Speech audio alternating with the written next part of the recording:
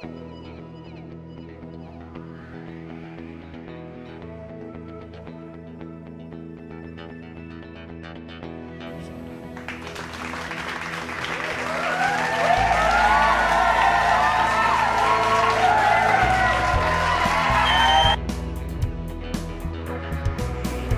Albie Freed Show is brought to you by Super South Brothers Civil War, plays your favorite pro and anti-slavery people from the North and South.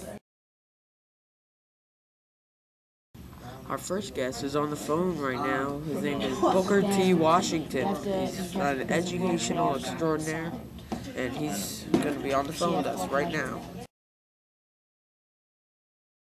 Hey Booker, how are you doing today? I'm doing very well, thank you. What was it like seeing white kids in school knowing you were not allowed to attend?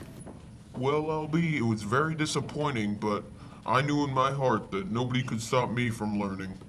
Well, Booker, I know you were only 9 at the time, but what did you feel when you heard about the Emancipation Proclamation?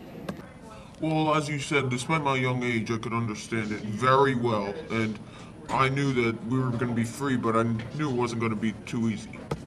And also, right after the emancipation, I really wanted to get something that I've been wanting for a long time, which is an education. So, and that gave me the opportunity to get it. Well, thanks for your time, Booker, and you can come back anytime. No problem. Thank you for having me. And now we will follow up the very informative talk with Booker T. Washington with our next guest, Frederick Douglass. From slave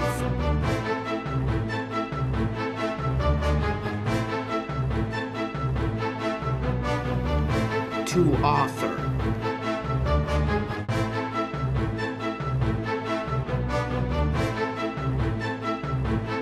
to hero,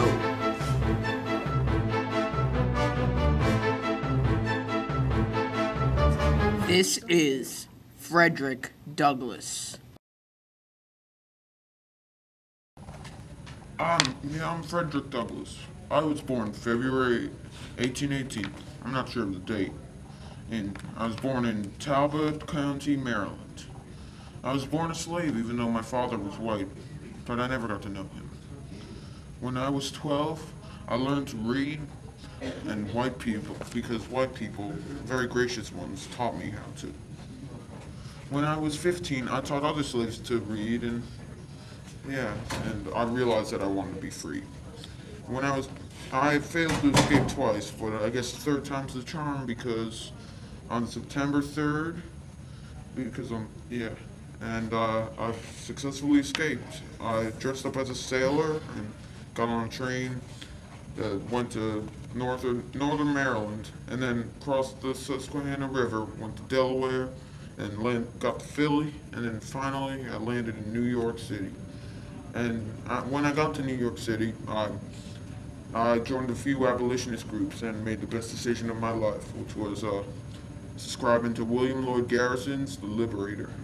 I was so inspired by that I decided to write my own piece of work, which was the narrative of the life of Frederick Douglass, an American slave. And not to brag, but it was an immediate bestseller. But my friends were afraid that because I published that, it was gonna, it would make it so that my former owner would find out I escaped and know where I was. So I decided to flee to Ireland for a couple of years until everything would be forgotten about it. And so I went there, stayed there for a little bit, pretty good times, and then I came back and had enough money to publish my own newspaper. And that was a good thing, but it ended in 1860, right around the time of the Civil War. And the Civil War, obviously, I oppose slavery, but I want to fight because I believe in peace. So, that's pretty much my life story. So, thanks for having me, Albie. Well, thanks, Frederick. And now we'll wrap up what we learned from these two great abolitionists.